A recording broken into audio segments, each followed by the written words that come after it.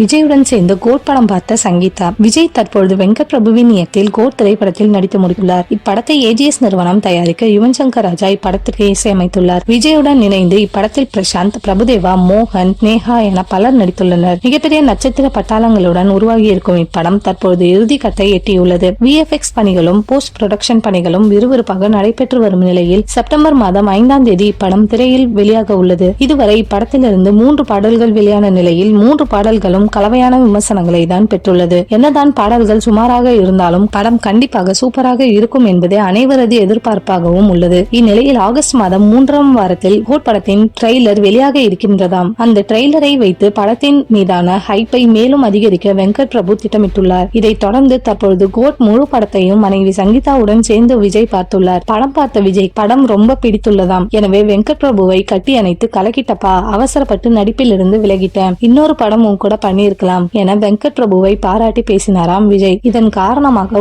ஒட்டுமொத்த படக்குழுவும் தற்பொழுது உச்சகட்ட மகிழ்ச்சியில் உள்ளார்களாம்.